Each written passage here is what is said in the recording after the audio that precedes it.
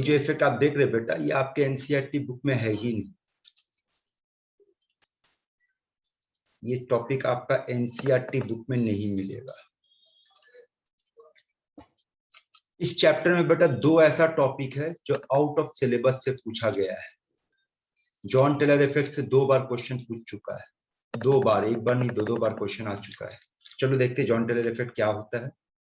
ठीक है, देखो चूंकि बेटा ये नया टर्म है आप लोगों के लिए, अगर आप लोग पहले पढ़ोगे तो वेल एंड गुड, लेकिन अगर आप पहली बार पढ़ रहे हैं तो यहाँ पर कई सारा टर्म है जो आपको पहले जानना होगा। सबसे पहले ये बात करते हैं बेटा जॉन टेलर इफेक्ट में होता क्या है। ये तो ये बोल रहा है इन अ नॉन लीनियर मॉलिक्यूल, ऐसा मॉलिक्यूल जो लीनियर नहीं होगा। और बेसिकली याद रखना, हम लोग जिस मॉलिक्यूल पे बात करेंगे वो मॉलिक्यूल ऑक्टाहेड्रल होगा, ऑक्टाहेड्रल पे बात करेंगे।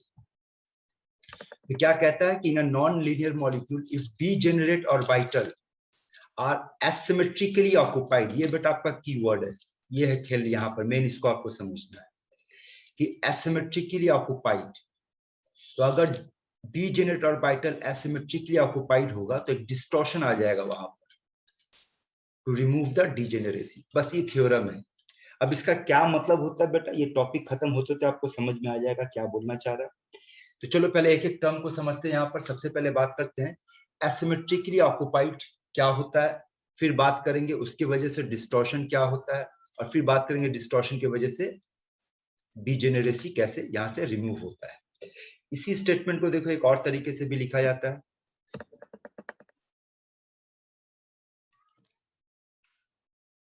इसी स्टेटमेंट को एक और तरीके से बात करते हैं, ये देखो क्या कहता है कि इन एन इलेक्ट्रॉनिकली डीजेनरेट स्टेट। तो देख ले यहाँ पर बेटा,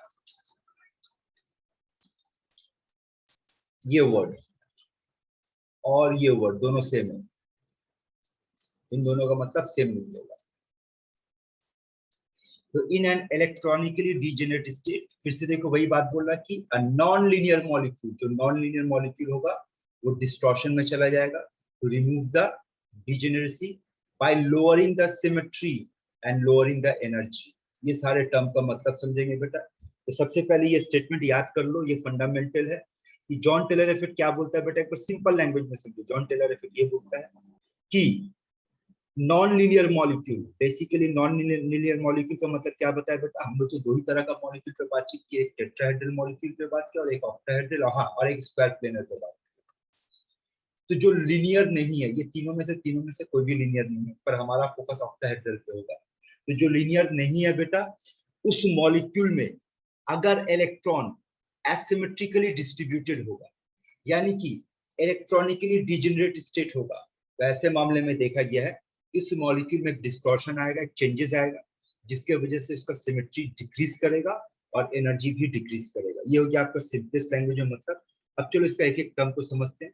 सबसे पहले बात करते हैं हम लोग ये इलेक्ट्रॉनिकली डिजेनरेट स्टेट क्या होता है। ठीक है, ध्यान से सुनो। हम लोग ये पढ़ चुके हैं कि ऑक्टाहेड्रल कॉम्प्लेक्स, और इसी का एग्जांपल लेकर बात करते हैं। बताओ, जवाब दो बेटा, ऑक्टाहेड्रल कॉम्प्लेक्स में जो 5 डी ऑर्बिटल है वो कैसे स्प्लिट करता है, बोलो। सीएफटी के अकॉर्डिंगली ऑक्टाहेड्रल कॉम्प्लेक्स कैसे स्प्लिट करता है बेटा, बोलते सर T2G और EG। और किसका एनर्जी ज्यादा, किसका एनर्जी कम होगा? इजी का ज्यादा। EG ज्यादा T2G कम। अच्छा, इजी का ज्यादा क्यों होगा, ये सब सवाल आएगा यहाँ पे, बोलो।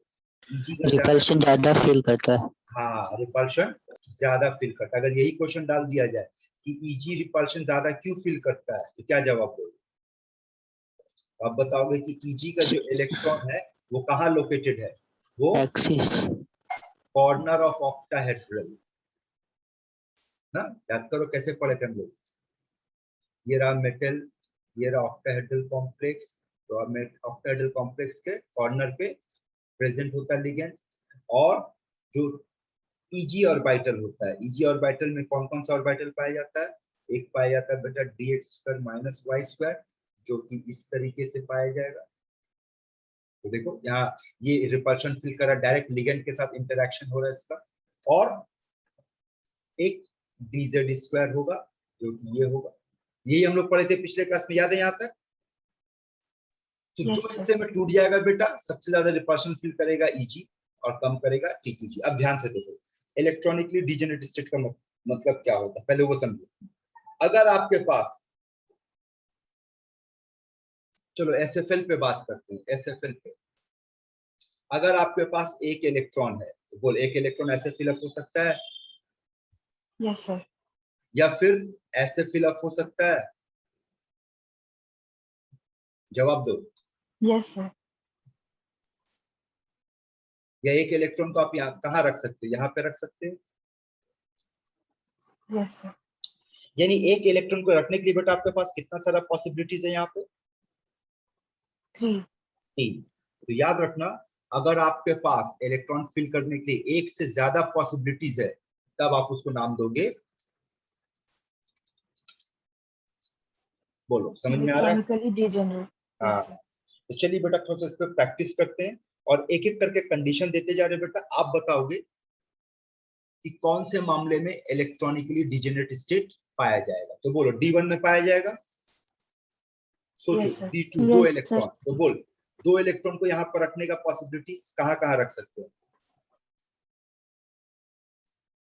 या तो दो को ऐसे रख सकते हैं बेटा, एक और डायग्राम बना लेते हैं, या फिर दो को ऐसे रख सकते हैं, एक और डायग्राम बना लो, दो को ऐसे रख सकते हैं, है ना? यानी कि यहाँ पे भी एक से ज्यादा पॉसिबिलिटीज है। Yes, sir. Yes sir. इसका मतलब D2 भी जो होगा वो क्या कहलाएगा? Electronically degenerate state. अब आ जाओ D3 पे बात करते हैं। बोल बेटा D3 का मतलब ये, क्या इसमें एक से ज्यादा पॉसिबिलिटीज है? नहीं सर। नहीं नो सर। सर। तो इसका मतलब D3 जो होगा वो इलेक्ट्रॉनिकली डिजेनरेट स्टेट नहीं होगा। बोल बात समझ में आ रहा है? बोल Yes, बेटा sir. 4 इलेक्ट्रॉन SFL कहाँ जाएगा? नीचे। नीचे जाएगा, है ना? तो नीचे जाने का मतलब कहाँ जा सकता है? यहाँ भी जा सकता है, यहाँ भी जा सकता है और यहाँ भी जा सकता है। इसका मतलब D4 में एक से ज्यादा पॉसिबिलिटीज है, तो ये भी इलेक्ट्रॉनिकली डिजेनरेट स्टेट होगा। Yes sir. ठीक है ना? अच्छा चलिए फटाफट अब बात करेंगे बेटा। आप लोग बोलो D5 होगा कि नहीं? सर होगा। Yes, sir. होगा सर। D6 नहीं होगा। नहीं होगा। होगा। Very good. क्योंकि D6 का मतलब बेटा आप पूरा ये है ना, तो D6 आपका नहीं होगा। D7 होगा। हाँ होगा सर। D8, क्योंकि देखो नहीं होगा। 7 यहाँ आएगा, नहीं 8 यहाँ आएगा, तो 8 का मतलब नहीं होगा, देख, नहीं होगा। है ना? D9 होगा। होगा सर। होगा। वेरी गुड, D9 होगा। और D10 नहीं होगा नहीं सर। होगा। नहीं होगा। तो इलेक्ट्रॉनिकली डिजेनरेट स्टेट का मतलब समझ में आया बेटा आप लोगों को? Yes, sir. तो अब यहाँ पर देख लो SFL में कौन दिखाएगा या कौन नहीं दिखाएगा। तो D3 नहीं दिखाएगा बेटा आपका, और D6 नहीं दिखाएगा आपका, और D10. सॉरी D8 और D10, है ना? लेकिन अगर SFL के जगह पे बेटा अगर WFL ले ले, चलो तो फिर से खेल शुरू करते हैं। WFL बोलो। D1 दिखाएगा। D2 D3 D4 D5। चलो तो पहले 5 की बात करते हैं, बोलो कौन दिखाएगा? D4 तक दिखाएगा। याद रखना इस बार हमारे पास कौन सा लिगेंड है? Weak field. Weakfield। तो वीक फील्ड लिगेंड में 1 दिखाएगा, 2 दिखाएगा, 3 बोल दिखाएगा बेटा? नहीं दिखाएगा। नहीं दिखाएगा सर। है ना? इसका मतलब यहाँ पर बेटा आपका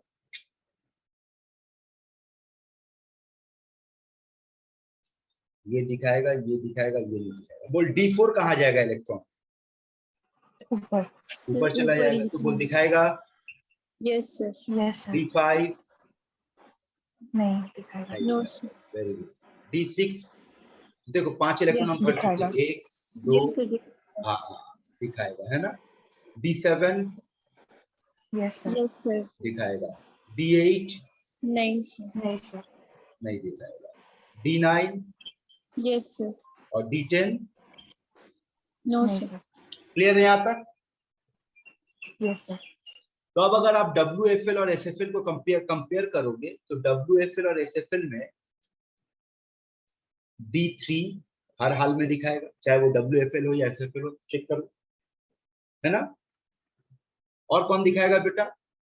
सर नहीं दिखाएगा ना। नहीं दिखाएगा। हाँ सॉरी नहीं दिखाएगा। और कौन नहीं दिखाएगा D3 के बाद?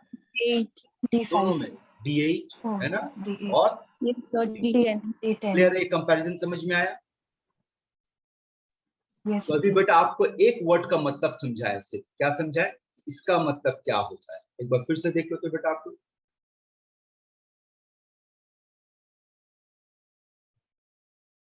ये डायग्राम देखो, तो ये किसका डायग्राम है बेटा? D1 D1 D1 हमारे पास देखो तीन तीन पॉसिबिलिटीज है यहाँ पर, इसका मतलब D1 क्या शो करेगा, ये भी शो करेगा, ये भी शो करेगा, ये भी शो करेगा। यहाँ तक ओके है बेटा? यस यस सर चलो अब आगे बढ़ते हैं, सुनो। पहले तो हम लोग ये समझ लिए बेटा कि इलेक्ट्रॉनिकली डिजेनरेट स्टेट क्या होता है, ठीक है। अब अगर हम लोग बात करते हैं इसका, तो ये क्या है बोल, क्या ये इलेक्ट्रॉनिकली डिजेनरेट स्टेट माना जाएगा? नहीं सर ये क्या नहीं माना सर जाएगा? नॉन डिजेनरेट स्टेट, ठीक है, ये नॉन डिजेनरेट स्टेट होगा।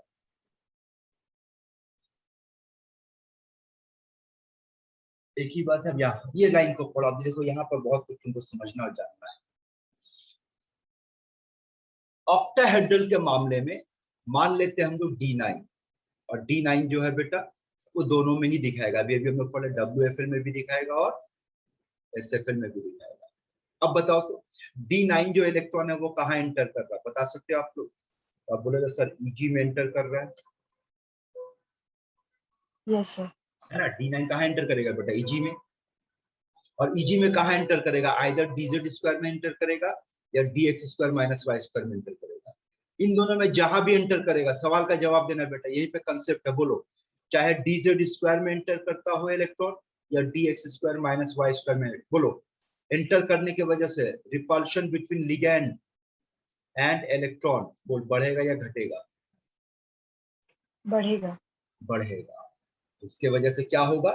ग्रेटर रिपल्शन शुरू हो जाएगा। अब रिपल्शन का डायग्राम दिखा रहे, वो देखो यहाँ देखो, ये रहा बेटा मेटल, ठीक है, और यहाँ पे ये है। अच्छा ऐसा करते बेटा, कलर कोड ले लेते हैं हम लोग। सपोज कर लो रेड कलर वाला Z एक्सिस है, ठीक है, और ये पर्पल कलर वाला X एक्सिस है, और ये Y एक्सिस है, ठीक है, और ये लिगैंड बैठा हुआ है। कंसेप्ट को समझना बेटा, यहाँ पे कंसेप्ट पे समझना, नहीं आएगा तो बोलना, ठीक है। ये लिगैंड बैठा हुआ है, तो बोलो डायग्राम वाइज ये जो डायग्राम ड्रॉ किए बेटा, ये कौन सा डायग्राम है बोल? जिसमें माइनस वाई स्क्वायर। हाँ, तो बोल अगर DZ square minus Y square में 9 नंबर इलेक्ट्रॉन एंटर कर जाता है तो ये चार लिगेंड सबसे ज्यादा रिपल्शन फील करेगा।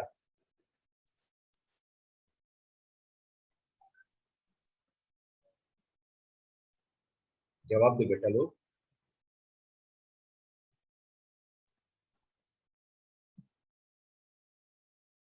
आप लोगों से कुछ पूछ रहे, सुनाई दे रहा है बेटा आप लोगों को? সবগুলোই তো রিপালশন হবে। चलो फिर से समझते, दोबारा बड़ा करके डायग्राम समझते, फिर से समझते। हम लोग बेटा CFT में ये पढ़ चुके हैं कि 5d ऑर्बिटल जो है वो स्प्लिट करेगा दो पार्ट में, EG में और T2G में। EG का एनर्जी ज्यादा होगा, T2G का एनर्जी कम होगा, ये हम लोग पढ़ चुके हैं। यहाँ तक ओके है ना बेटा? Yes sir yes sir. फिर से समझो, हम लोग ये भी जानते हैं कि हमारे पास जो ऑक्टाहेड्रल कॉम्प्लेक्स होगा, बताओ उसमें ये एक्सियल पोजीशन है ना? यस सर हाँ और ये बेटा इक्वेटोरियल पोजीशन है। क्या हुआ, कौन सा कलर लेते हो? ये इक्वेटोरियल है बेटा। अच्छा अब बताओ तो देखे जरा, कौन बेटा या बेटी बताएगी कि ऑक्टाहेड्रल कॉम्प्लेक्स में इक्वेटोरियल बॉन्ड लेंथ और एक्सियल बॉन्ड लेंथ, कौन सा बॉन्ड लेंथ बड़ा होता है? एक्सियल। अरे बेटा की कुछ बाबा तुमरा है, एक्सियल बड़ा होता है।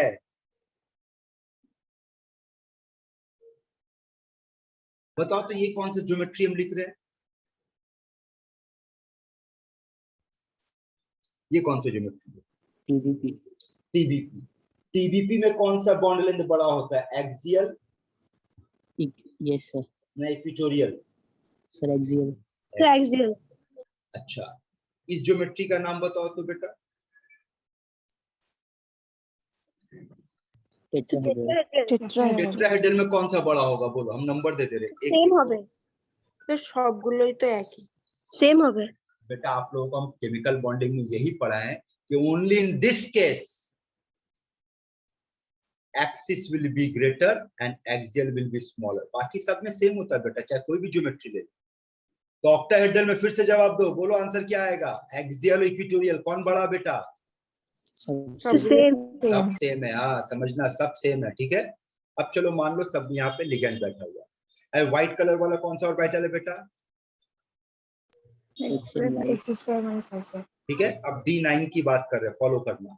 तो D9 में ये रहा मेरा एनर्जी ऑर्बिटल डायग्राम के हिसाब से, नीचे की तरफ E2G और ऊपर की तरफ EG, जहां पर एक उसमें से होगा dx square minus y square और एक होगा dz स्क्वायर, और 9 इलेक्ट्रॉन फिलअप कर रहे बेटा। देखो 1 2 3, अगर ये स्ट्रॉन्ग फील्ड लिगेंड हो तो बोलो चौथा इलेक्ट्रॉन कहाँ जाएगा, नीचे, नीचे और वीक होता तो ऊपर जाता, खैर जो भी हो 8 तक तो यहीं जाएगा। अब बोल 9 नंबर इलेक्ट्रॉन कहाँ एंटर करेगा, एक्स स्क्वायर वाई दोनों में से कोई भी। दोनों में किसी हाँ दोनों में से किसी में भी, है ना बेटा।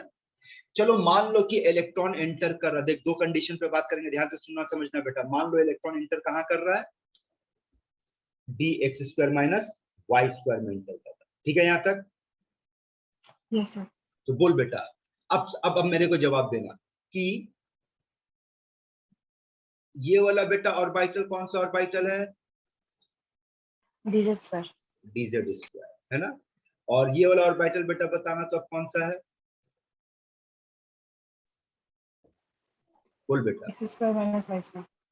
अब ये बताओ कि अगर electron dx square minus y square में गया तो कहाँ इलेक्ट्रॉन डेंसिटी ज्यादा हो गया,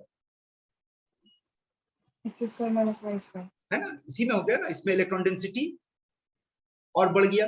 ज्यादा हो। अब बताओ अगर इसमें इलेक्ट्रॉन डेंसिटी बढ़ गया तो यहाँ का इलेक्ट्रॉन डेंसिटी और ये लिगैंड, इन दोनों के बीच में क्या होगा, रिपल्शन रिपल्शन बढ़ेगा। रिपल्शन बढ़ने का मतलब वो लिगैंड और नजदीक जाएगा कि लिगैंड दूर हो जाएगा, दूर दूर हो जाएगा। और जैसे ही दूर होगा ना बेटा, देख अब यहाँ पर क्या गड़बड़ होगा, तब कुछ ऐसा होगा, लिगैंड दूर हो गया, लिगैंड दूर हो गया, और ये रहा आपके पास। तो वो तो अब आपसे पूछेंगे बताओ कौन सा बॉन्ड लेंथ बड़ा हो गया, इक्वेटोरियल है ना, समझ में आ रहा। अब क्या ये चारों 6 का 6 सेम है बेटा, नो सर नहीं सर तो यहाँ पर कहा जाएगा कि डिस्टॉर्शन आ गया, यही कहेंगे डिस्टॉर्शन आ गया। याद करो इस तरीके का वर्ड हम लोग केमिकल बॉन्डिंग चैप्टर में भी पढ़े थे, डिस्टॉर्टेड ज्योमेट्री। जब लोन पेयर आ जाता था बेटा तो उसको हम लोग डिस्टॉर्टेड ज्योमेट्री कहते थे, याद है ये वर्ड, डिस्टॉर्शन आ गया। Yes sir. और इस डिस्टॉर्शन को नाम दिया जाता है बेटा जेड कॉन्ट्रैक्शन। लॉजिक यूज करो, बोलो तो z axis compare to this, छोटा दिख रहा है या बड़ा दिख रहा है, छोटा। छोटा दिख रहा है ना, तो जेड कॉन्ट्रैक्ट कर गया, यहाँ पे कहा जाएगा जेड कॉन्ट्रैक्ट। चलो सेकंड कंडीशन पे बात करते हैं। बोल इलेक्ट्रॉन हमारा कहाँ था बेटा, dx square minus y square, पर आप लोग जैसे कि बोले कि नहीं सर ये dz स्क्वायर में भी हो सकता है। अब अगर dz स्क्वायर में हो गया तो बोल अब यहाँ का इलेक्ट्रॉन डेंसिटी बढ़ेगा, यस सर यस सर। इसका मतलब इसका लिगैंड दूर हो जाएगा, और अगर इसका लिगैंड दूर होगा तो बोल बेटा अब हमारा डायग्राम कैसा बनेगा, देखो ऐसा होगा, यस सर यस सर। समझ आ रहा कंसेप्ट बेटा।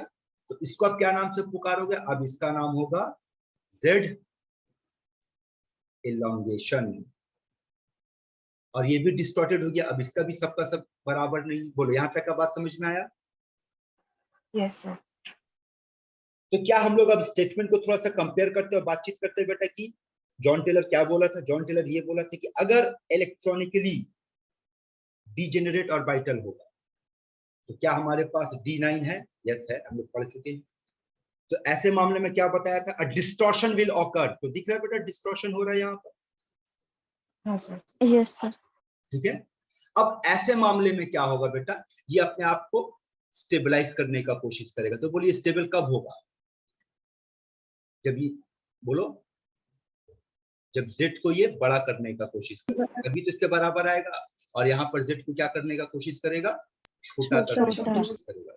और इसी कोशिश का नाम, यहाँ देखो, इसी कोशिश का नाम, ये स्टेटमेंट में आप पढ़ो ये वाला स्टेटमेंट, तो अब आपको स्टेटमेंट का कुछ लैंग्वेज समझ में आएगा। ये जो हमारे पास इसका थ्योरम का स्टेटमेंट देखो क्या कह रहा है कि अगर ऐसा होता है तो क्या होगा, if digit asymmetric a distortion will occur, आ गया ना डिस्टॉर्शन, और ये हाँ, सर। डिस्टॉर्शन क्या करेगा, उसका डिजेनरेसी को रिमूव करेगा। ठीक है, अब इसके पास देखो, ये मतलब समझ में आया बेटा आप लोगों को? तो अब स्टेटमेंट पढ़कर देखो तो ये बात, ये पूरा पैराग्राफ पढ़कर देखो तो समझ में आ रहा है बात। पढ़ो एक बार।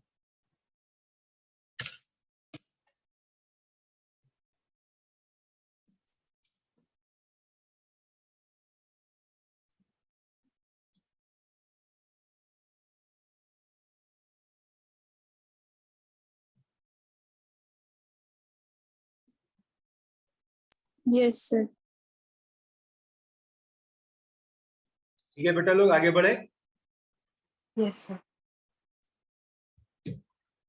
चलो अब देखो यहाँ एक मजेदार चीज क्या आता है। हम लोग ये तो पढ़ लिए कि इलेक्ट्रॉनिकली डिजेनरेट स्टेट क्या होता है, डिस्टॉर्शन कब और कैसे होगा। ठीक है, अब देखो ये पूरा का पूरा एप्लीकेशन कहाँ पे होगा उस पर ध्यान देना। चलो पहले एक सवाल का जवाब दो कि JTD फुल फॉर्म क्या होगा, जॉन टेलर डिस्टॉर्शन। कंसेप्ट से बताना बेटा कहाँ पे इफेक्टिव दिखना चाहिए, जब इलेक्ट्रॉन T2G में एंटर करेगा या जब इलेक्ट्रॉन EG में एंटर करेगा? EG। जी में।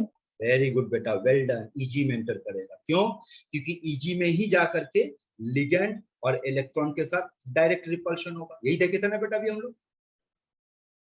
Yes sir. ठीक, तो अब एक चीज याद रखना कि JTD आपके एग्जाम में बेटा यही क्वेश्चन पूछा था नीचे, JTD कहाँ देखने को मिलेगा, ये एग्जाम में आया था और एक नहीं दो बार आया। JTD कहाँ देखने को मिलेगा? तो चलो जवाब देना तो बेटा, JTD कहाँ देखने को मिलेगा? T2G में देखने को मिलेगा या EG में देखने को मिलेगा? दोनों में। जवाब दो। Sir EG। EG में। EG दोनों में कैसे होगा बेटा? अभी कंसेप्ट को समझो। खेला क्या चीज का हो रहा है, रिपल्शन का हो रहा है। रिपल्शन EG में होगा कि T2G में होगा? EG में। EG में। तो EG में पाया जाएगा, ये याद रखना। तो JTD आपको कहाँ देखने को मिलेगा बेटा? EG में। अब कौन सा EG? EG वो जो इलेक्ट्रॉनिकली डीजेनरेट है या उसको कहो वो अनसिमेट्रिकल ऑक्युपाइड है। समझ में आ रहा है लैंग्वेज? तो जवाब दो Yes, sir. बेटा, Yes, sir. जवाब दो।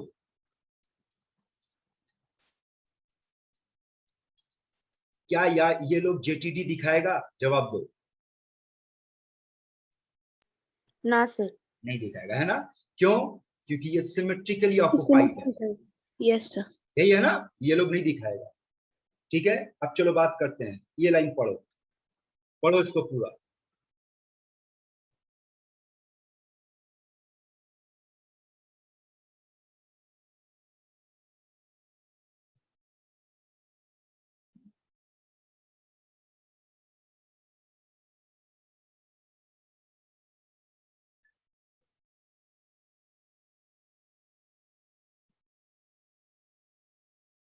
Yes, sir. तो देखो यहाँ क्या बोल Yes, रहा है sir. कि यहाँ नहीं मिलेगा। पहले ऊपर वाला लाइन को पढ़, ये सब JTD नहीं शो करेगा, है ना? तो इसका मतलब बाकी सारा शो करेगा? तो बाकी भी सारा शो नहीं करेगा, बाकी में वही शो करेगा जहां पर, पढ़ इसको, इलेक्ट्रॉन कहाँ पे एसिमेट्रिकली ऑक्युपाइड होगा बेटा? EG में। EG में। और रीजन देखो क्या बताया, पढ़ो, अभी भी यही चीज एक्सप्लेन की है ना, डायरेक्टली यही था ना। EG में जो भी लिगेंड इलेक्ट्रॉन होता है वो लिगेंड के साथ डायरेक्टली इंटरेक्ट कर पाता है। ठीक है यहाँ तक? Yes, sir. Yes sir. चलो थोड़ा सा प्रैक्टिस करेंगे बेटा। हाँ, पढ़ो इसको, इसी स्टेटमेंट को पढ़ो। और ये बताओ मेरे को कि हमारे पास जॉन टेलर इफेक्ट अगर आपसे पूछ लिया टेट्राहेड्रल में दिखेगा कि नहीं दिखेगा, पढ़कर बताओ समझ में आ रहा है कि नहीं, तो एक्सप्लेन करेंगे। शुरू से पढ़ो, ऊपर से पढ़ो।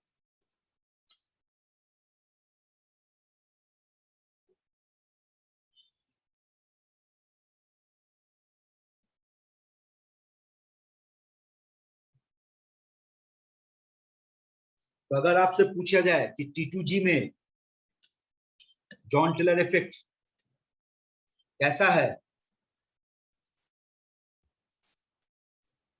So very weak. Very weak. क्यों है very weak? So because ligand is shut directly. Ligand के साथ उसका डायरेक्ट इंटरेक्शन नहीं। अच्छा बताओ तो T2G में ऑर्बिटल का पोजीशन क्या होता है? हम लोग तो ये पढ़े कि ईजी में कहाँ होता है, तो ऑक्टाहेड्रल पे सर प्लेन में। प्लेन में होता है। T2G यहाँ पर मिलेगा, ईजी यहाँ होगा और T2G प्लेन में मिलेगा। तो अगर आपसे पूछा जाए कि टेट्राहेड्रल शो करेगा कि नहीं, नहीं करेगा। क्यों नहीं शो करेगा? उसका रीजन क्या होगा? क्योंकि बेटा टेट्राहेड्रल के मामले में लिगेंड के साथ इलेक्ट्रॉन का डायरेक्ट इंटरेक्शन नहीं होता है, क्योंकि टेट्राहेड्रल में बोलो इलेक्ट्रॉन या ऑर्बिटल कहाँ ऑक्यूपाई करता है, एक्सिस पे कि प्लेन में? प्लेन में। प्लेन में। तो याद रखना टेट्राहेड्रल शो नहीं करेगा। अब ये देखो, अभी जेड इलोंगेशन जेड कॉन्ट्रैक्शन पे बात की थे, है ना? तो ये देखो, ये आपका नॉर्मल है। ये कौन है? नॉर्मल है, यानी हर तरफ से आपका साइज सेम है। ये देखो यहाँ पर क्या हुआ, जेड छोटा हो गया, जेड कॉन्ट्रैक्ट कर लिया, इसको नाम दिया गया जेड इन डिस्टॉर्शन। और यहाँ पर देखो तो जेड लंबा हो गया, उसको क्या नाम दिया गया? जेड इलोंगेशन कहेंगे बेटा, या जेड आउट डिस्टॉर्शन कहेंगे। ठीक है यहाँ तक की बात?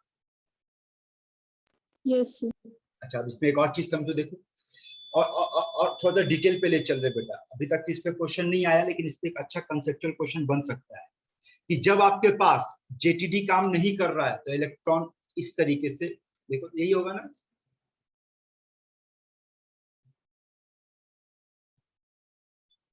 Yes sir. लेकिन अगर जेटीडी काम कर रहा है बेटा तो दो पॉसिबिलिटी है, या तो electron x square minus y square में एंटर करेगा, या इलेक्ट्रॉन जेड स्क्वायर में एंटर करेगा। बेटा जिसमें एंटर करेगा देखो उसका एनर्जी ऊपर चला गया, दूसरा वाला नीचे आ गया। समझ में आ रहा डिस्ट्रीब्यूशन?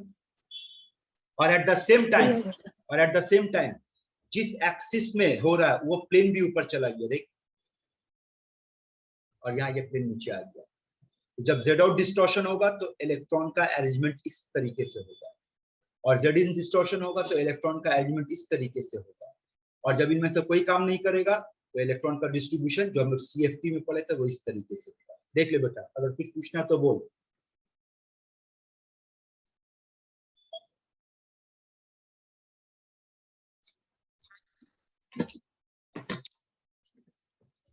नहीं सर। चलो कुछ क्वेश्चन पे प्रैक्टिस करते, जवाब देना। आपके सामने D1 से लेकर D10 तक दोनों ही रखा गया है। कौन कौन है बेटा? देखो, SFL भी है और WFL भी है। अब वहां पे कुछ प्रिंटिंग मिस्टेक है, पहले उसका करेक्शन करो तो देखो तो प्रिंटिंग मिस्टेक है या सब ठीक है? पहले चेक करो तो SFL में D1 का D3 D4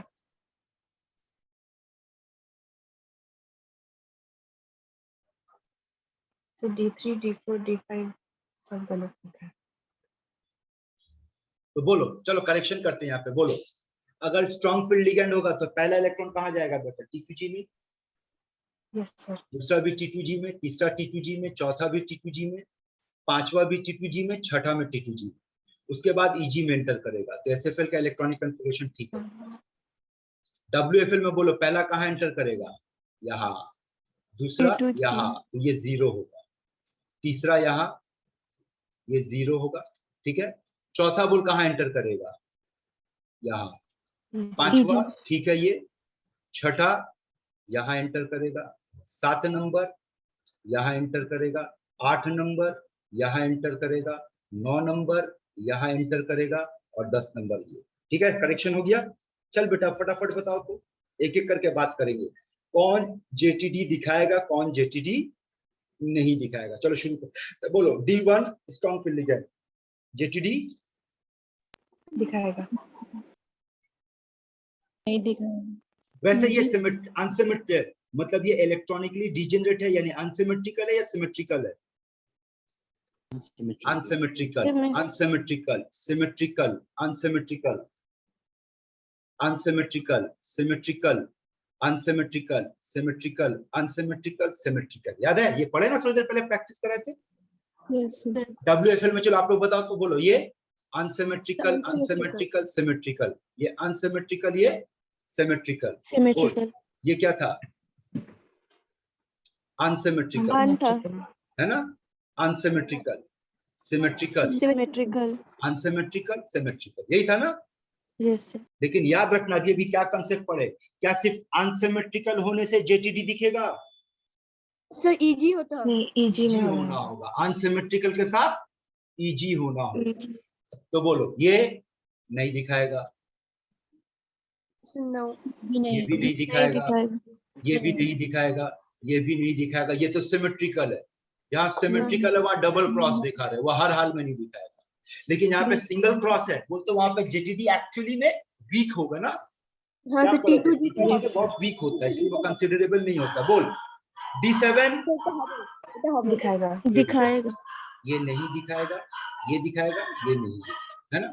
यहाँ पर ये नहीं दिखाएगा, ये नहीं दिखाएगा, ये तो बिल्कुल नहीं दिखाएगा, ये दिखाएगा, ये तो बिल्कुल नहीं दिखाएगा, ये दिखाएगा, ये दिखाएगा, ये नहीं दिखाएगा, ये दिखाएगा, ये नहीं दिखाएगा। बोल, समझ में आ रहा? चेक कर।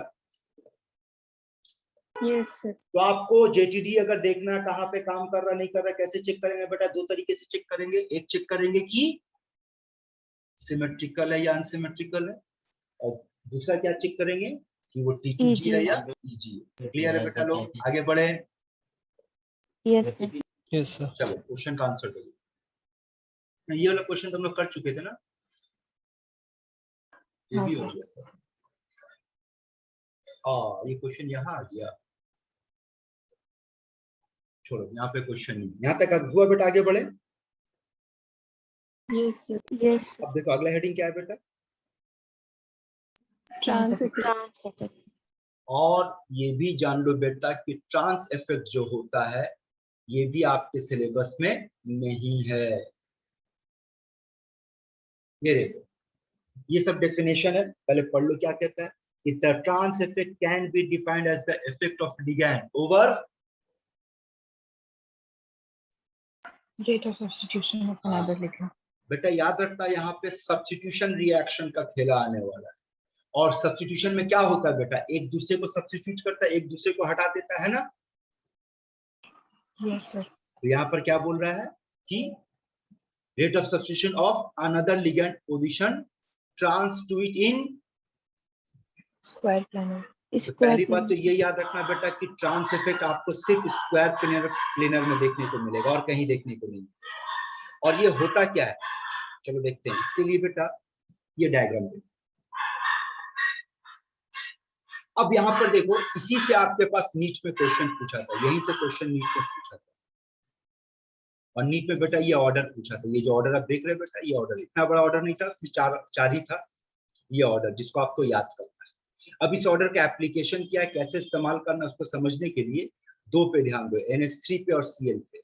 अगर आपसे पूछेंगे अकॉर्डिंग टू दिस सीरीज, बोल किसका ट्रांस इफेक्ट ज्यादा है? Cl। अब यहाँ पे नीचे के एग्जाम्पल देखो, प्लैटिनम के साथ कौन है बेटा? 4 NH3 है। और देखो तो यहाँ पर एक सब्स्टिट्यूशन रिएक्शन किया गया। Yes sir. तो बोल फर्स्ट सब्स्टिट्यूशन रिएक्शन में जब एक NH3 को एक Cl सब्स्टिट्यूट कर रहा है तो किस पोजीशन से करेगा? नंबर दे दे रहे, बोल 1 नंबर से, 2 नंबर से, 3 नंबर से या 4 नंबर से? कहां से कर सकता है बेटा? कहीं से भी, कहीं से भी, है ना? तो यहां तक तो ठीक है। लेकिन जब सेकंड केस में आप आओगे तो अब देखो 1 नंबर, 2 नंबर, 3 नंबर। बोल बेटा, अगर 1 नंबर पोजीशन पे करेंगे तो क्या होगा? सिस बन जाएगा। हाँ सर। Yes, sir. 2 नंबर पे करेंगे तो ट्रांस बनेगा। Trans बन जाएगा. और Yes, sir. 3 नंबर पे करेंगे तो Cis बन जाएगा. सिस बन जाएगा, है ना? और Cl का कौन सा इफेक्ट ज्यादा है बेटा compare to NH3? Trans effect. Trans effect. इसलिए Cl हमेशा किस पोजीशन को ऑक्युपाई करेगा? ऐसा पोजीशन को जहां पर ट्रांस बनेगा। यानी यहाँ पर किस नंबर को ऑक्युपाई करेगा बेटा? वो 2. 2। खेल समझ में आ रहा है? सोचो तो उल्टा कर देते हैं, उल्टा कर देते हैं। और अगला केस, इस बार कौन है बेटा 4, Cl. और इस बार कौन किसको सब्स्टिट्यूट कर रहा है? NH3। देखो Yes, डायग्राम है ना। तो NH3 कहाँ पे किया बेटा? चेक कर। तो 1 नंबर, 2 नंबर, 3 नंबर, 4 नंबर, बोले कहाँ पे सब्स्टिट्यूशन दिखा सकते हैं NH3? So any हाँ, कहीं किसी भी पोजीशन पे कर सकता है। तो चलो मान लो यहाँ पर हो गया हाँ, सब्स्टिट्यूशन। अब फिर से जब NH3 सब्स्टिट्यूट करेगा तब अब देखो आप आपके पास फिर से 3 कंडीशन, 1 2 3। तो बोल NH3 और Cl में NH3 का ट्रांस इफेक्ट so बेशी NH3 का ट्रांस इफेक्ट बेशी क्या होगा? अभी भी पढ़े कम कब है ना। कम देख तो इसके वजह से रिजल्ट क्या बना, चेक कर तो। Yes. Chance trans Yes. क्या हालत, समझ में आया बेटा? इसका मतलब कंसेप्ट Yes. समझ। जिसका ट्रांस इफेक्ट ज्यादा होगा वो हमेशा किस पोजीशन को ऑक्युपाई करेगा बेटा? Second position. Substitution trans position. देखो ना, कंपेयर करना भाई, यहाँ पे किसका ट्रांस इफेक्ट ज्यादा है? आप कंपेयर किसका करवा रहे बेटा? NH3 और Cl का ना। तो किसका ट्रांस इफेक्ट ज्यादा है? Cl minus Cl का। तो जब Cl को मौका मिला सब्स्टिट्यूशन का तो Cl किस पोजीशन पे सब्स्टिट्यूट किया? ट्रांस पोजीशन पे, trans है ना। लेकिन Yes. जो कम है अगर उसको सब्स्टिट्यूशन करने का मौका मिलेगा तो फिर वो ट्रांस पोजीशन पे नहीं जाएगा, वो कहाँ जाएगा बेटा? देखो तो Sixth इस पे जाएगा। position. ठीक है, तो ये तो हो गया कौन किसको सब्स्टिट्यूट करेगा। लेकिन आपके पास नीट एग्जाम में जो पूछा था वो क्या था बेटा? वो था ऑर्डर। ये ऑर्डर पूछा था, कौन किसका ट्रांस इफेक्ट ज्यादा होगा, किसका ट्रांस इफेक्ट कम होगा। ये ऑर्डर आपको ध्यान में रखना है, इस ऑर्डर को आपको याद करना। ठीक है, यहाँ तक आगे बढ़े।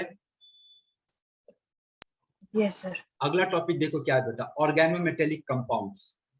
ठीक है, अब ऑर्गेनोमेटेलिक कंपाउंड्स में 3 तरह का मामला आपके पास आएगा, ध्यान से देखो। Organometallic compounds can be classified into 3 categories. क्या क्या बेटा? Sigma bonded complexes, pi bonded complexes and both sigma and pi. 3 case है। चलो एक एक करके बात करते हैं। सबसे पहले सिग्मा बॉन्डेड कॉम्प्लेक्स। पढ़ और बता, कहाँ डाउट है? इसमें बताने लायक कुछ नहीं है, पढ़ो बेटा और बताओ।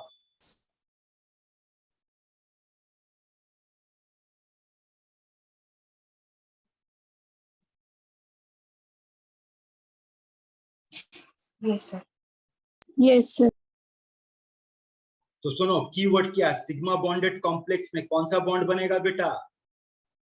sigma Sig- bond, किसके किसके बीच में बनेगा? Metal atom metal और carbon. carbon मेटल और कार्बन। ये ध्यान रखना। एग्जांपल्स दिख रहा है, कई सारा है ना। हाँ सर ठीक है, Yes, sir. अगला पढ़ो क्या है?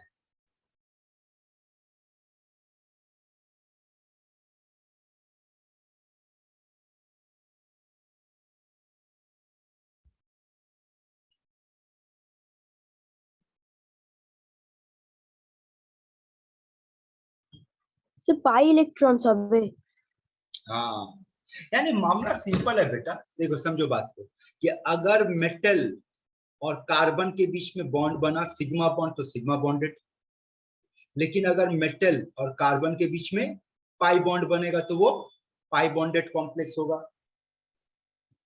ठीक है, यस यस सर अब देखो ये पाई बॉन्डेड कॉम्प्लेक्स का एग्जांपल याद करो, ये आपके बोर्ड एग्जाम में था बेटा। जिजल सॉल्ट, फेरोसिन, डाइबेंजीन क्रोमियम। इसका डायग्राम देखो यहाँ पर, ये देखो यहाँ पर देखो तो ये जिजल सॉल्ट है।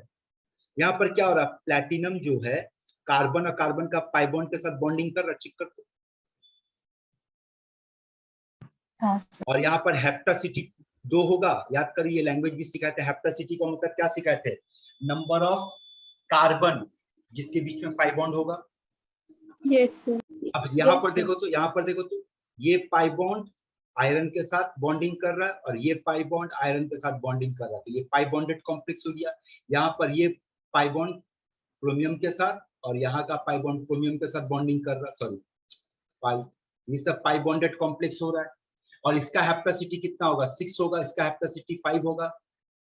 तो अगर मेटल और लिगेंड के बीच में पाई बॉन्ड होगा तो उसका नाम पाई बॉन्डेड कॉम्प्लेक्स।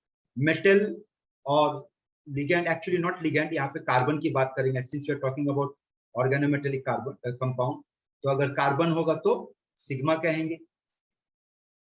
बोलो, पहला दो पार्ट क्लियर करो बेटा, यहाँ से ज्यादा कुछ नहीं, सिर्फ एग्जाम्पल पूछता है। सिंपल सा मतलब है, मेटल और कार्बन के बीच में अगर सिग्मा बना तो सिग्मा बॉन्डेड, पाई बना तो पाई bonded, that's all. Yes, sir. Yes. अब यहाँ से कुछ और अलग से इंफॉर्मेटिव चीज सुनो। एक तो बेटा स्ट्रक्चर बेस्ड क्वेश्चन पूछा जा सकता है आपसे, इसको याद रखो, ये स्ट्रक्चर याद रखो। ये आपके बोर्ड एग्जाम में भी था, सिलेबस में आपसे पूछा जाता था डायग्राम ड्रॉ करो। आपसे ये भी पूछा जाता था कि कौन सैंडविच टाइप कॉम्प्लेक्स है, तो बोल यहाँ सैंडविच टाइप कॉम्प्लेक्स किसको मक्का हो गया? So second and third. पेरोसिन को कहेंगे बेटा हम लोग, और Third. है ना, डाइबेंजीन क्रोमेटोन। अच्छा, यहाँ पर एक और भी कंसेप्ट है, उस पर थोड़ा सा बातचीत करने वाले, जगह चाहिए लिखने के लिए, और यहाँ पे लिखते हैं। ये देखो, इस मॉलिक्यूल से ये मॉलिक्यूल कौन है बेटा, या ये मॉलिक्यूल कौन है, बता सकते हो? आप बोल सकते कि सर पहला वाला ट्राई मिथाइल एल्यूमिनियम का डाइमर है, ट्राई मिथाइल एल्यूमिनियम का डाइमर Yes, है। sir.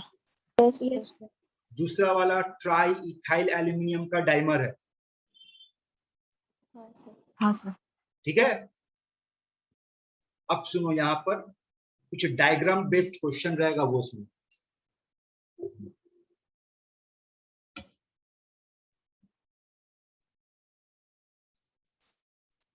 Now look here, अगर आपसे कहा जाए try ethyl aluminium, sorry tri methyl aluminium, तो बोलते बेटा इसका स्ट्रक्चर कैसे बनेगा?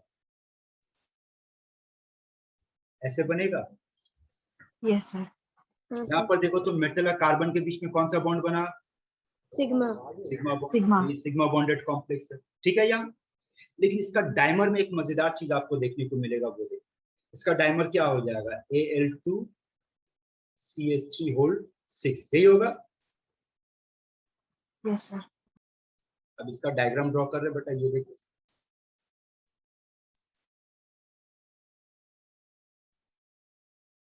Al, यहाँ पर CH3 होगा बेटा, यहाँ पर CH3, C Al, CH3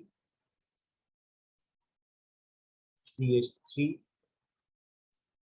CH3। Analyse कर डायग्राम को बेटा, एनालाइज कर, उसके बाद हम एक क्वेश्चन पूछेंगे आप लोगों से, एनालाइज करो।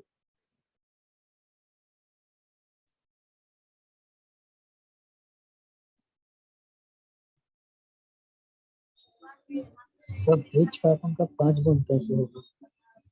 यही तो एनालिसिस है बेटा।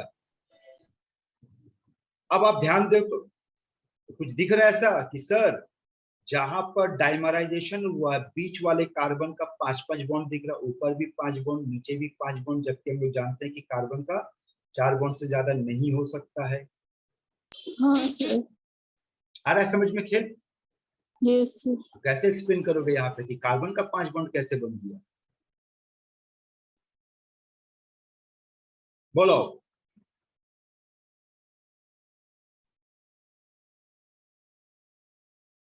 अरे बेटा पढ़ा चुके आप लोगों को, थोड़ा सा तो अप्लाई कर दिमाग। कोई नहीं है यहाँ बैच में जो बोलेगा कैसे हुआ ये 5 बॉन्ड। Centre 2 electron bond. हाँ, यहाँ पे एक्चुअली में 4 ही बॉन्ड बना है बेटा, 5 बॉन्ड बना ही नहीं है। याद है, ये हुआ 1 नंबर बॉन्ड, ये दूसरा बॉन्ड, ये तीसरा बॉन्ड, और ये रहा आपके पास चौथा बॉन्ड। कौन सा बॉन्ड? 3 इलेक्ट्रॉन 2 सेंटर बॉन्ड है, 2 सेंटर बॉन्ड। 4 ही बॉन्ड है बेटा, समझ में आया? तो याद रखना, यहाँ पे भी आपके पास एग्जाम्पल मिलेगा 3 इलेक्ट्रॉन 2 सेंटर बॉन्ड का। चलो आगे बढ़ते हैं, क्या क्या पढ़ चुके बेटा? सिग्मा कॉम्प्लेक्स, चला लॉजिक यूज करना। Sigma complex bond, sigma bonded complex किसको कहेंगे? तो आंसर सिंपल है कि सर जहां पे मेटल और कार्बन के बीच में सिग्मा बनेगा। पाई, जहां मेटल और कार्बन के बीच में पाई बनेगा। तो फिर बोथ में क्या बोलोगे? बोलो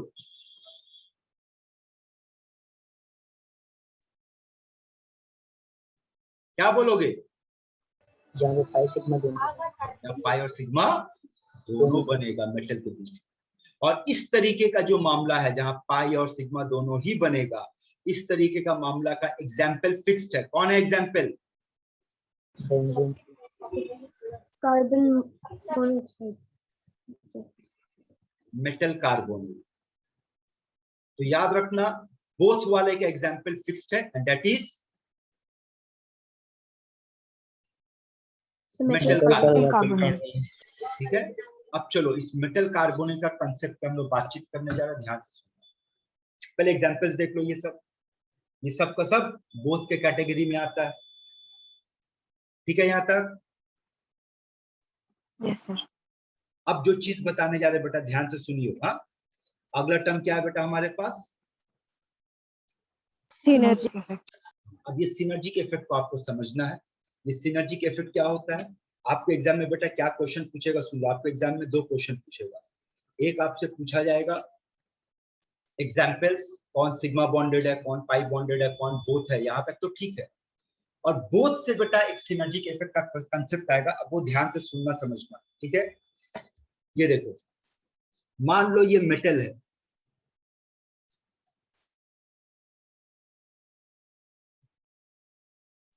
और ये मेटल का कौन है बेटा, जरा बताओ तो क्या डायग्राम ड्रॉ किए?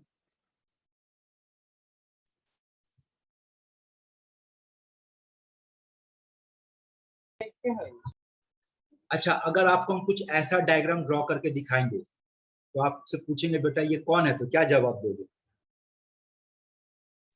Sir pi bond.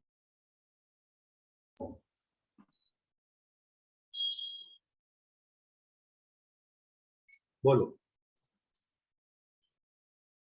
हाँ सर। है ना? अब मान लो कि Yes, यहाँ sir. पे मेटल बैठा हुआ है, यहाँ मेटल को दिखा देते हैं, बीच में सेंटर में मेटल रख देते हैं, वही डायग्राम बेटा यहाँ बना है। ठीक है, यहाँ तक समझ में आ रहा है? Yes, sir. ठीक है, चलो आपको समझाने के लिए, कंसेप्ट को इजी करने के लिए एक एग्जांपल भी साथ में ले लेते हैं। Most common example NiCO4। यहाँ पर Ni का ऑक्सीडेशन स्टेट क्या है बेटा? 0, यानी कि Ni किस हालात में बेटा? यहाँ पर 3D8 एंड 4s2। और 3D8 4s2 का डायग्राम याद करो, हम लोग कैसे पढ़े थे बेटा हाइब्रिडेशन के टाइम पे? बोल, 4s का इलेक्ट्रॉन जंप करके कहाँ आ जाएगा बेटा? बोलो। 3D में। 3D में हम डायरेक्ट कर रहे हैं, याद है? जी में। है ना? Yes sir. तो पहले इसका 8 इलेक्ट्रॉन इसको भर देते 3D का, ये 8 इलेक्ट्रॉन 3D का भर दिए बेटा। 2 इलेक्ट्रॉन यहाँ होना चाहिए था, उसको पुश करके यहाँ ले आएंगे, और अब यहाँ पर लिगेंड का इलेक्ट्रॉन एंटर करेगा। तो इस हिसाब से इसका हाइब्रिडेशन क्या निकल गया बेटा? sp3. ठीक है ना? तो चलो अब बात करते हैं मेटल कार्बोनिल। यहाँ लिगेंड कौन है? कार्बोनिल। और ये रहा बेटा डायग्राम, याद रखना कार्बोनिल का डायग्राम। कार्बोनिल का डायग्राम जो होता है वो C ट्रिपल बॉन्ड O होगा, और कार्बन के पास एक लोन पेयर पाया जाएगा। एक्सप्लेन कर सकते इस डायग्राम को कैसे हुआ ये? उस हिसाब से बोल तो। और यहाँ पर ऑक्सीजन के पास एक लोन पेयर पाया जाएगा। क्या आप ये जानते हैं कि कार्बन मोनोऑक्साइड में एक कोऑर्डिनेट बॉन्ड भी बनता है जो ऑक्सीजन डोनेट करता है कार्बन को? Yes, sir. Yes, sir. है ना? इस तरीके से बनता है। फाइन। तो अभी फिलहाल हम लोग कार्बन ट्रिपल बॉन्ड ऑक्सीजन, वो कोऑर्डिनेट बॉन्ड के चक्कर में नहीं जाएंगे। अब क्या होगा बेटा, ये वाला जो कार्बन है ये क्या करेगा? अपना इलेक्ट्रॉन डोनेट करेगा। Yes, sir. किसको डोनेट करेगा? जवाब दो एक एक करके, किसको डोनेट करेगा? So metal. मेटल को। मेटल कहाँ एक्सेप्ट करेगा उसको? सारा नीचे diagram sp3 orbital. Yes, sir. हाँ, तो मान लो ये sp3 हाइब्रिड ऑर्बिटल है, यहाँ पे डोनेट हो गया। ठीक है? Yes, sir. Yes sir. अब पहला जो बॉन्ड बनेगा कार्बन और मेटल के बीच में, ये सिग्मा बॉन्ड बना।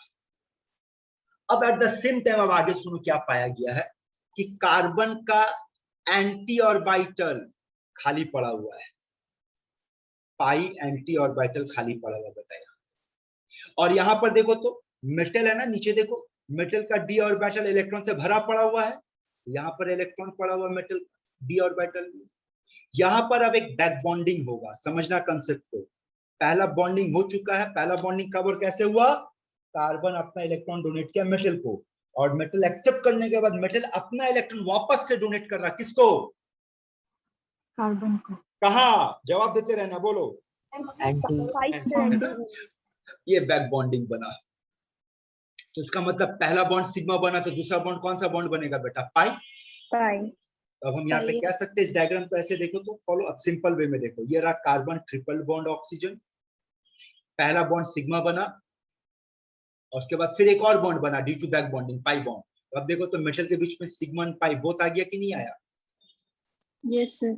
Yes sir. समझ में आया? बोथ का कैटेगरी समझ में आया? पहले ये क्लियर कर। हाँ सर। फंडामेंटल दिमाग में बैठा, फिर से रिपीट कर रहे, फंडामेंटल दिमाग में बैठा क्या कि सबसे पहले कार्बन अपना लोन पेयर मेटल का हाइब्रिड ऑर्बिटल में डोनेट करेगा और सिग्मा बॉन्ड बनाएगा। उसके बाद मेटल अपना डी ऑर्बिटल का इलेक्ट्रॉन को वापस से डोनेट कर देगा कार्बन का एंटी पाई ऑर्बिटल में, और वहां पर एक पाई बॉन्ड बनेगा। इस तरीके से मेटल और कार्बन के बीच में सिग्मा और पाई दोनों का फॉर्मेशन होगा। Is it clear? Yes sir.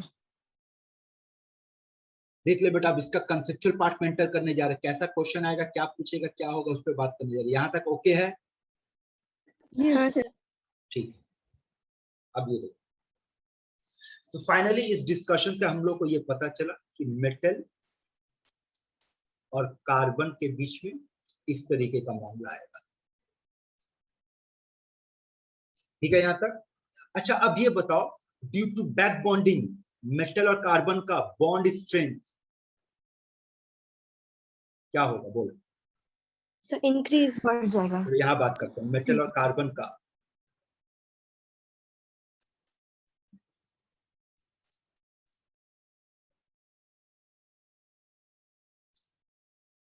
Metal और कार्बन का बॉन्ड स्ट्रेंथ बोल क्या होगा? इंक्रीज करेगा। अच्छा, इसका बोल तो बॉन्ड ऑर्डर क्या होगा? इंक्रीज। बढ़ा ना भाई। हाँ सर। बॉन्ड लेंथ क्या हो जाएगा? डिक्रीज। सिमिलरली जब इधर ये खेल चलेगा तब इधर का खेल में भी असर पड़ेगा। कार्बन और ऑक्सीजन का बॉन्ड स्ट्रेंथ घट जाएगा।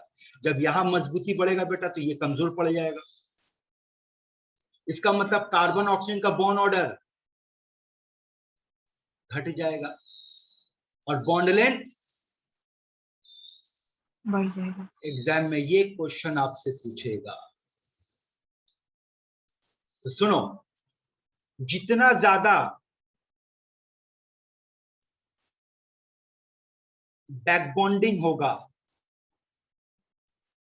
जितना ज्यादा बैक बॉन्डिंग होगा, बोल मेटल कार्बन का बॉन्ड स्ट्रेंथ बढ़ेगा। ये इसको ऐसे रिलेट करो, इसको ऐसे रिलेट करो कि जितना ज्यादा बैक बॉन्डिंग होगा, बैक बॉन्डिंग के साथ मेटल कार्बन का bond strength increase directly proportional, हाँ और sir. Bond strength of carbon oxygen Inversely. Inversely. इसको बेटा ऐसे याद रखो, बाकी रिलेट कर लो। आपको पहले भी पढ़ा चुके हैं कि bond order is directly proportional to bond energy या bond strength and inversely proportional to bond length. ये मिल जाएगा बेटा, बाकी दोनों खुद निकाल लोगे। देखो तो क्लियर है? Yes sir. Yes sir. पक्का? आगे बढ़े? हाँ सर। चलिए आंसर दीजिए।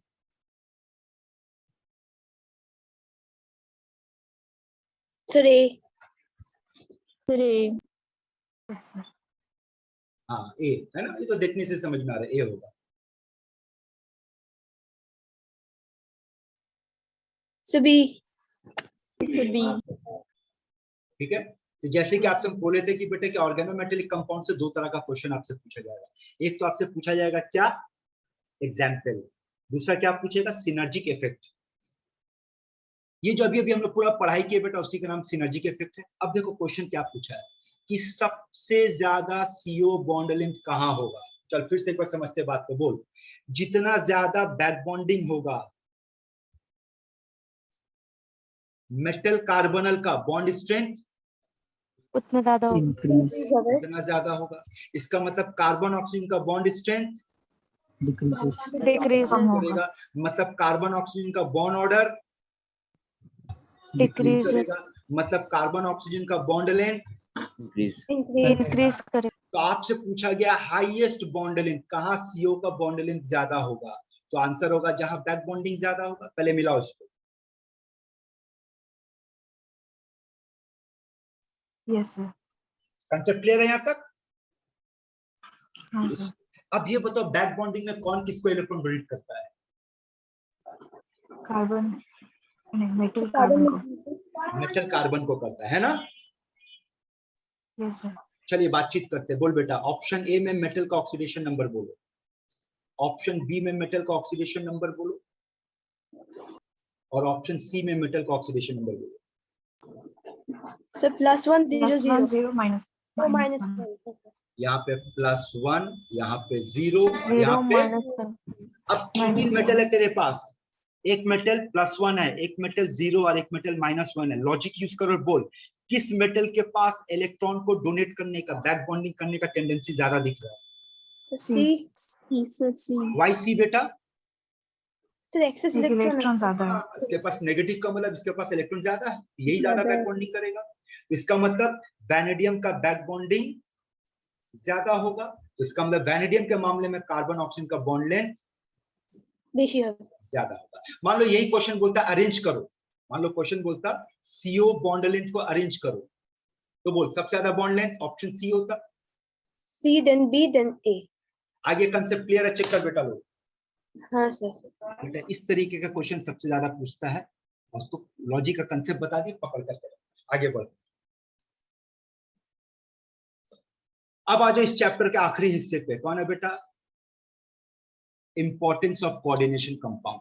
ठीक है, इसका लिस्ट है, यहां समझने का कुछ नहीं है बेटा, सब याद रखना। ये देखो, पहला क्या इंपॉर्टेंस का बात हो रहा है बेटा, पढ़ो। Analytical chemistry. तो एनालिटिकल केमिस्ट्री में हम लोग डिटेक्ट करते हैं, तो इसका क्या इस्तेमाल कर सकते हैं बेटा? Detection of whom? So Cu2+. Cu2+ को अमोनिया में डिसॉल्व करने पर क्या मिलता है? ये कॉम्प्लेक्स मिलता है, डीप ब्लू कलर का। ये किसका एप्लीकेशन हो गया? दूसरा देखो तो, अच्छा यहाँ पर आप लोग के शायद कुछ है, चलो देखो। अच्छा ये देखो,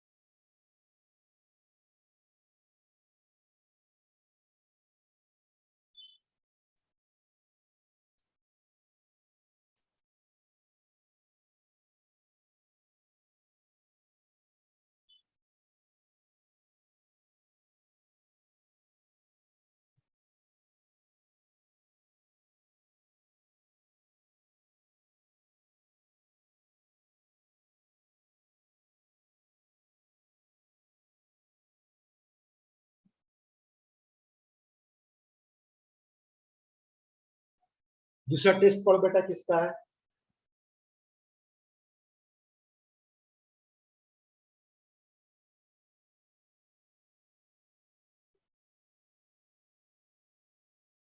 अरे ये टेस्ट, यस सर। ये देख ब्लड रेड कलर का एक वीडियो देख, मस्त वीडियो देख।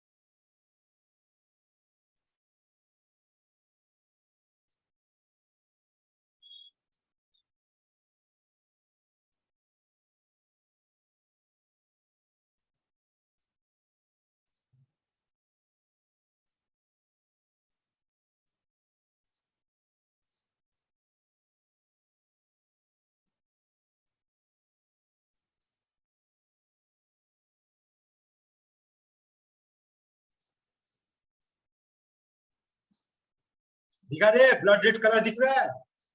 Yes, Yes, sir. sir.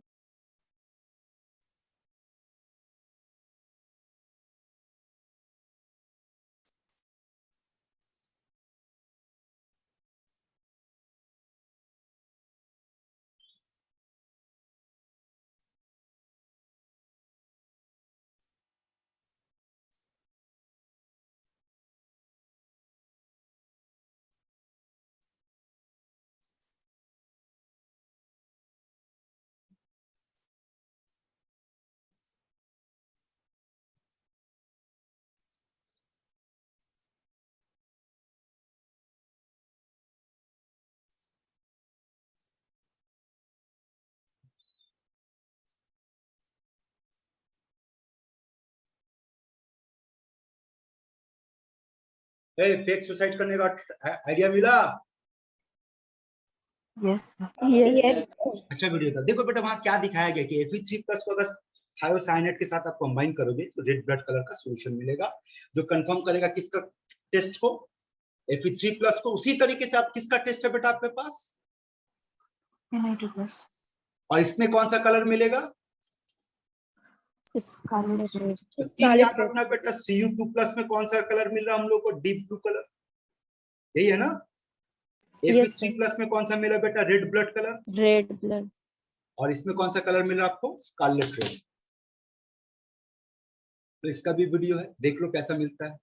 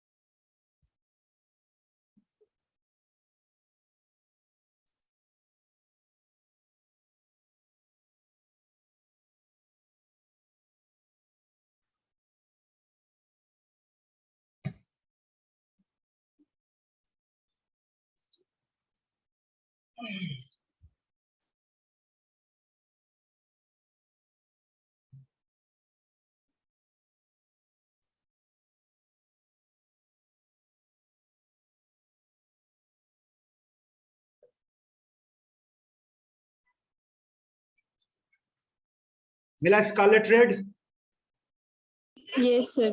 ठीक है। तो चलो आगे बढ़ते हैं।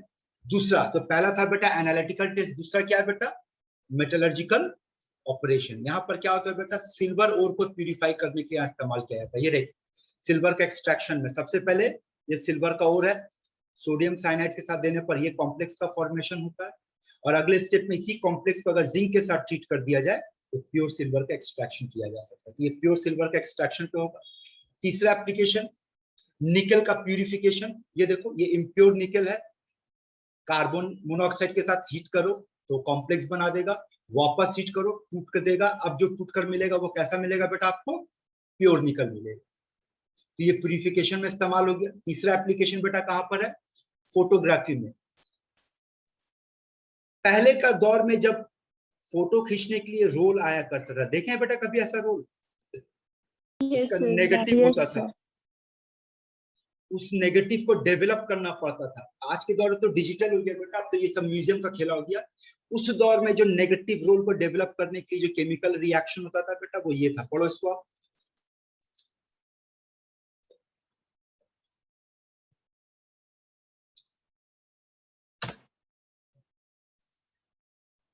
तो तीसरा एप्लीकेशन बेटा फोटोग्राफी पे। चौथा एप्लीकेशन देखो बायोलॉजिकल प्रोसेस पे। बायोलॉजिकल प्रोसेस में जितना भी कॉम्प्लेक्स का फॉर्मेशन होता है वो सब कॉम्प्लेक्स मॉलिक्यूल के ही देन है। क्लोरोफिल अनदर एग्जांपल, इसमें मेटल मैग्नीशियम होता है। विटामिन बी12 से क्वेश्चन पूछा गया बेटा है, बोल तो विटामिन बी12 किसका, किस मेटल का कॉम्प्लेक्स है? कोबाल्ट, कोबाल्ट, Cobalt, ठीक है ना। हेमोग्लोबिन किस मेटल का कॉम्प्लेक्स है? Iron, iron, iron. और क्लोरोफिल किस मेटल का कॉम्प्लेक्स है?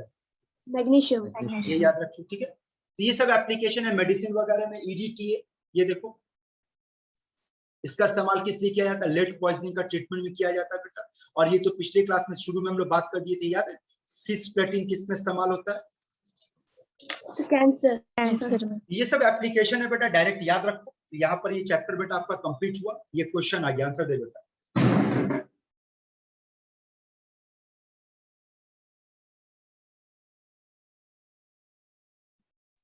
डी।